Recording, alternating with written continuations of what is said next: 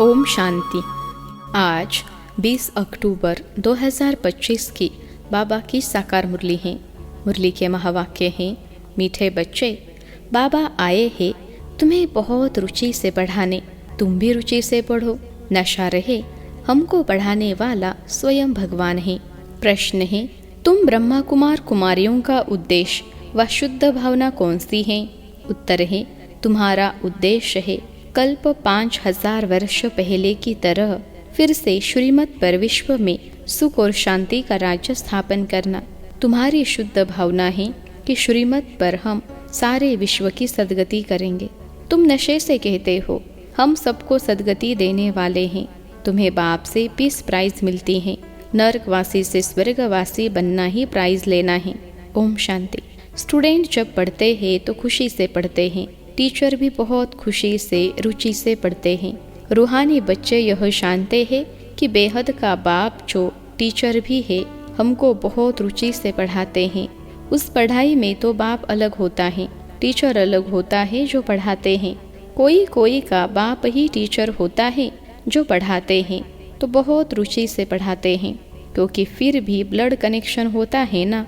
अपना समझकर बहुत रुचि से पढ़ाते हैं।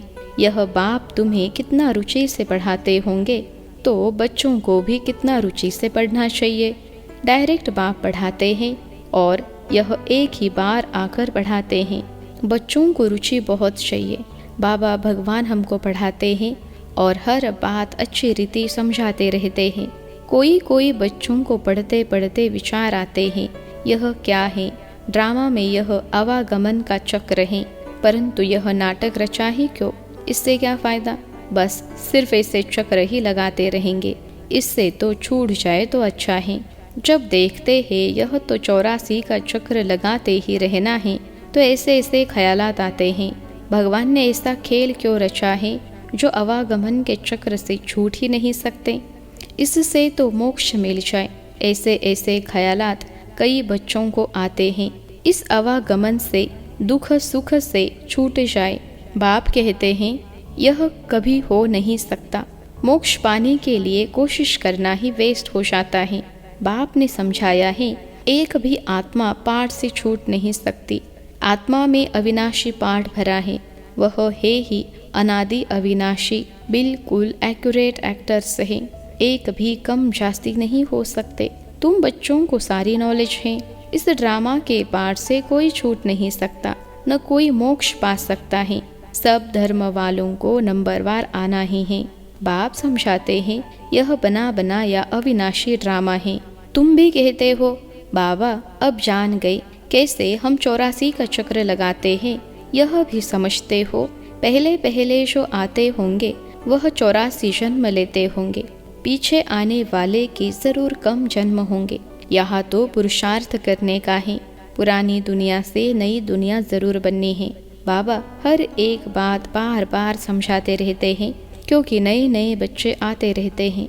उनको आगे की पढ़ाई कौन पढ़ाए? तो बाप नए नए को देख फिर पुरानी पॉइंट्स ही रिपीट करते हैं। तुम्हारी बुद्धि में सारी नॉलेज है। जानते हो शुरू से लेकर कैसे हम पाठ बजाते आए हैं।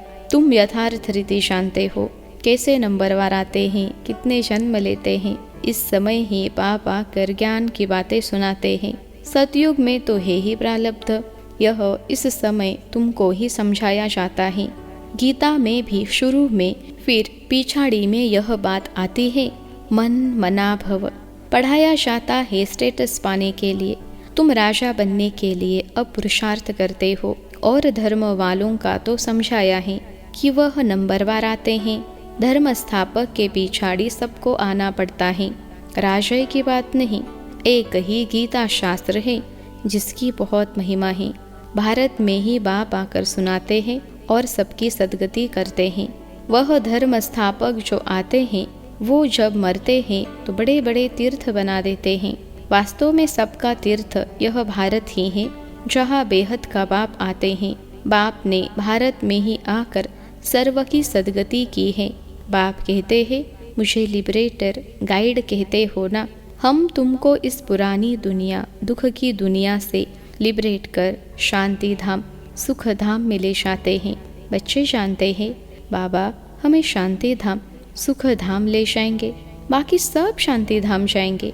दुख से बाप आकर लिबरेट करते हैं। उनका जन्म मरण तो है नहीं, बाप आया फिर चला जाएगा। उनके लिए ऐसे थोड़े ही कहेंगे कि मर गया, जैसे शिवानंद के लिए कहेंगे शरीर छोड़ दिया फिर क्रिया कर्म करते हैं। यह बाप चला जाएगा तो इनका क्रिया कर्म, सेरेमनी आदि कुछ भी नहीं करना होता। उनके तो आने का भी नहीं पता पड़ता।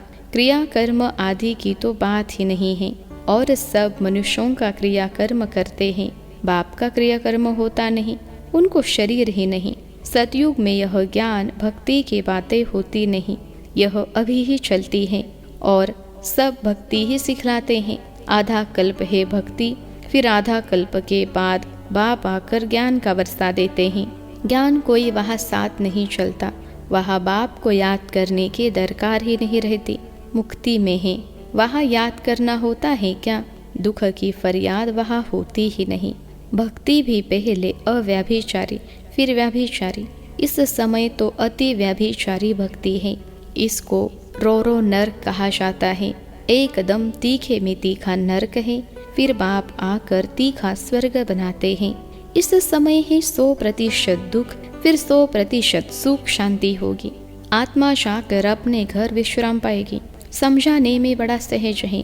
बाप कहते हैं मैं आता ही तब हूँ जब नई दुनिया की स्थापना कर पुरानी का विनाश करना होता है। इतना कार्य सिर्फ एक तो नहीं करेंगे, खिदमतगार बहुत चाहिए। इस समय तुम बाप के खिदमतगार बच्चे बने हो, भारत की खास सच्ची सेवा करते हो। सच्चा बाप सच्ची सेवा सिखलाते हैं।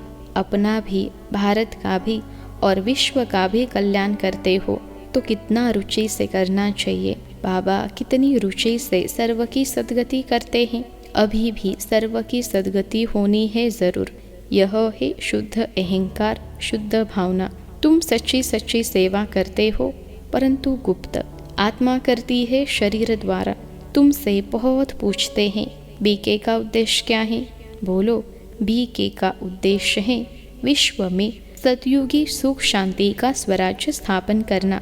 हम हर 5000 वर्ष बाद श्रीमत पर विश्व में शांति स्थापन कर विश्व शांति की प्राइज लेते हैं। यथा राजा रानी तथा प्रजा प्राइज लेते हैं। नरकवासी से स्वर्गवासी बनना कम प्राइज है क्या? वह पीस प्राइज लेकर खुश होते रहते हैं, मिलता कुछ भी नहीं।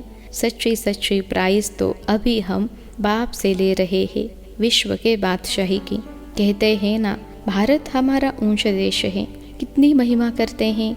सब समझते हैं हम भारत के मालिक हैं, परंतु मालिक है कहा। अभी तुम बच्चे बाबा की श्रीमत से राज्य स्थापन करते हो। हथियार पावर तो कुछ नहीं है, देवी गुण धारण करते हैं, इसलिए तुम्हारा ही गायन पूजन है। अम्बा की देखो कितनी पूजा होती है, परंतु अम्बा कौन है, ब्राह्मण है व देवता, यह भी पता नहीं। अम्बा, काली, दुर्गा, सरस्वती आदि ऐसे बहुत नाम हैं। यहाँ भी नीचे अम्बा का छोटा सा मंदिर है। अम्बा को बहुत भुजाएं दे देते हैं, ऐसे तो है नहीं। इसको कहा जाता है ब्लाइंड फेथ। क्राइस्ट, बुद्ध आदि आए, उन्होंने अपना अपना धर्म स्थापन किया, तिथि तारीख सब बताते हैं। वहाँ ब्लाइंड फेथ की तो बात ही नहीं। यहाँ भारतवासियों को कुछ पता नहीं है हमारा धर्म कब और किसने स्थापन किया, इसलिए कहा जाता है ब्लाइंड फेथ। अभी तुम पुजारी हो, फिर पूज्य बनते हो। तुम्हारी आत्मा भी पूज्य तो शरीर भी पूज्य बनता है। तुम्हारी आत्मा की भी पूजा होती है, फिर देवता बनते हो तो भी पूजा होती है।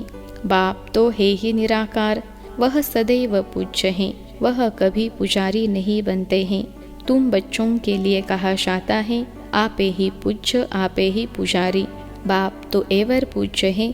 यहाँ आकर बाप सच्ची सेवा करते हैं, सबको सद्गति देते हैं। बाप कहते हैं अब माँ में कम याद करो, दूसरे कोई देहधारी को याद नहीं करना है। यहाँ तो बड़े बड़े लखपति, करोड़पति जाकर अल्लाह अल्लाह कहते हैं। कितनी अंधश्रद्धा है। बाप ने तुमको हम सो का अर्थ भी समझाया है। वह तो कह देते शिवो हम, आत्मा सो परमात्मा। अब बाप ने करेक्ट कर बताया है। अब जज करो, भक्ति मार्ग में राइट सुना है या हम राइट बताते हैं। हम सो का अर्थ बहुत लंबा चौड़ा है। हम सो ब्राह्मण, देवता, क्षत्रिय। अब हम सो का अर्थ कौन सा राइट है? हम आत्मा चक्र में ऐसे आते हैं। विराट रूप का चित्र भी है। इसमें चोटी ब्राह्मण और बाप को दिखाया नहीं है। देवता कहाँ से आए, पैदा कहाँ से हुए? कलयुग में तो है शूद्र वर्ण, सतयुग में फट से देवता वर्ण कैसे हुआ? कुछ भी समझते नहीं। भक्ति मार्ग में मनुष्य कितना फंसे रहते हैं। कोई ने ग्रंथ पढ़ लिया, ख्याल आया, मंदिर बना लिया, बस ग्रंथ बैठ सुनाएंगे। बहुत मनुष्य आ जाते, बहुत फॉलोअर्स बन जाते हैं, फायदा तो कुछ भी नहीं होता। बहुत दुकान निकल गए हैं। अब यह सब दुकान खत्म हो जाएंगे। यह दुकानदारी सारी भक्ति मार्ग में है। इनसे बहुत धन कमाते हैं। सन्यासी कहते हैं हम ब्रह्म योगी तत्व योगी हैं। जैसे भारतवासी वास्तव में हैं देवी देवता धर्म के, परंतु हिंदू धर्म कह देते हैं। वैसे ब्रह्म तो तत्व है जहाँ आत्माएं रहती हैं। उन्होंने फिर ब्रह्म ज्ञानी तत्व ज्ञानी नाम रख दिया है। नहीं तो ब्रह्म तत्व है रहने का स्थान। तो बाप समझाते हैं कितनी भारी भूल कर दी है। यह सब है भ्रम। मैं आकर सब भ्रम दूर कर देता हूँ। भक्ति मार्ग में कहते भी है, हे प्रभु तेरी गति मत न्यारी है। गति तो कोई न कर सके, मतें तो अनेकानेक मिलती हैं। यहाँ की मत कितनी कमाल कर देती है, सारे विश्व को चेंज कर देती है। अभी तुम बच्चों की बुद्धि में है, इतने सब धर्म कैसे आते हैं? फिर आत्माएं कैसे अपने अपने सेक्शन में जाकर रहती हैं? यह सब ड्रामा में नूंद है। यह भी बच्चे जानते हैं। दिव्य दृष्टि दाता एक बाप ही है। बाबा को कहा यह दिव्य दृष्टि की चाबी हमको दे दो तो हम कोई को साक्षात्कार करा दें। बोला नहीं, यह चाबी किसको मिल नहीं सकती। उनके एवज में तुमको फिर विश्व की बादशाही देता हूँ। मैं नहीं लेता हूँ, मेरा ही पार्ट है साक्षात्कार कराने का। साक्षात्कार होने से कितना खुश हो जाते हैं, मिलता कुछ भी नहीं। ऐसे नहीं कि साक्षात्कार से कोई निरोगी बन जाते हैं या धन मिल जाता है। नहीं, मीरा को साक्षात्कार हुआ परंतु मुक्ति को थोड़े ही पाया। मनुष्य समझते हैं वह रहती ही वैकुंठ में थी, परंतु वैकुंठ कृष्णपुरी है कहा। यह सब है साक्षात्कार। बाप बैठ सब बातें समझाते हैं। इनको भी पहले पहले विष्णु का साक्षात्कार हुआ तो बहुत खुश हो गया। वह भी जब देखा कि मैं महाराजा बनता हूँ, विनाश भी देखा, फिर राजा का भी देखा, तब निश्चय बैठा, ओहो मैं तो विश्व का मालिक बनता हूँ। बाबा की प्रवेशता हो गई। बस बाबा यह सब आप ले लो, हमको तो विश्व की बादशाही चाहिए। तुम भी यह सौदा करने आए हो ना। जो ज्ञान उठाते हैं उनकी फिर भक्ति छूट जाती है। अच्छा, मीठे मीठे सिखलते बच्चों प्रति माता पिता बाप दादा का याद प्यार और गुड मॉर्निंग। रूहानी बाप की रूहानी बच्चों को नमस्ते। हम रूहानी बच्चों की सिखलते रूहानी माता पिता बाप दादा को याद प्यार, गुड मॉर्निंग और नमस्ते बाबा नमस्ते। धारणा के लिए मुख्य सार। पहली पॉइंट है, दैवी गुण धारण कर श्रीमत पर भारत की सच्ची सेवा करनी है। अपना, भारत का और सारे विश्व का कल्याण बहुत बहुत रुचि से करना है। दूसरी पॉइंट है, ड्रामा की अनादि अविनाशी नोंद को यथार्थ समझ कोई भी टाइम वेस्ट करने वाला पुरुषार्थ नहीं करना है। व्यर्थ ख्यालात भी नहीं चलाने हैं। आज का वरदान है, दीपराज बाप द्वारा अमर ज्योति की बधाई लेने वाले सदा अमर भव। दीपराज बाप द्वारा अमर ज्योति की बधाई लेने वाले सदा अमर भव। विश्लेषण है, भक्त लोग आप चैतन्य दीपकों की यादगार जड़ दीपकों की दीपमाला मनाते हैं। आप जगे हुए चैतन्य दीपक बालक बन दीपकों के मालिक से मंगल मिलन मनाते हो। बाप दादा आप बच्चों के मस्तक में जगा हुआ दीपक देख रहे हैं। आप अविनाशी अमर ज्योति स्वरूप बच्चे दीपराज बाप द्वारा बधाइयाँ लेते सदा अमर भव का वरदान प्राप्त कर रहे हो। यह दीपराज बाप और दीप रानियों का मिलन का ही यादगार दीपावली है। आज का स्लोगन है, आप और बाप दोनों ऐसा कंबाइंड रहो जो तीसरा कोई अलग कर न सके। आप और बाप दोनों ऐसा कंबाइंड रहो जो तीसरा कोई अलग कर न सके। अव्यक्त इशारे स्वयं और सर्व के प्रति मनसा द्वारा योग की शक्तियों का प्रयोग करो। वर्तमान समय के प्रमाण सर्व आत्माएं प्रत्यक्ष फल अर्थात प्रैक्टिकल प्रूफ देखने चाहती हैं, तो तन मन कर्म और संपर्क संबंध में साइलेंस की शक्ति का प्रयोग करके देखो। शांति की शक्ति से आपका संकल्प वायरलेस से भी तेज किसी भी आत्मा प्रति पहुंच सकता है। इस शक्ति का विशेष यंत्र है शुभ संकल्प। इस संकल्प के यंत्र द्वारा जो चाहे वह सिद्धि स्वरूप में देख सकते हो। अच्छा, ओम शांति।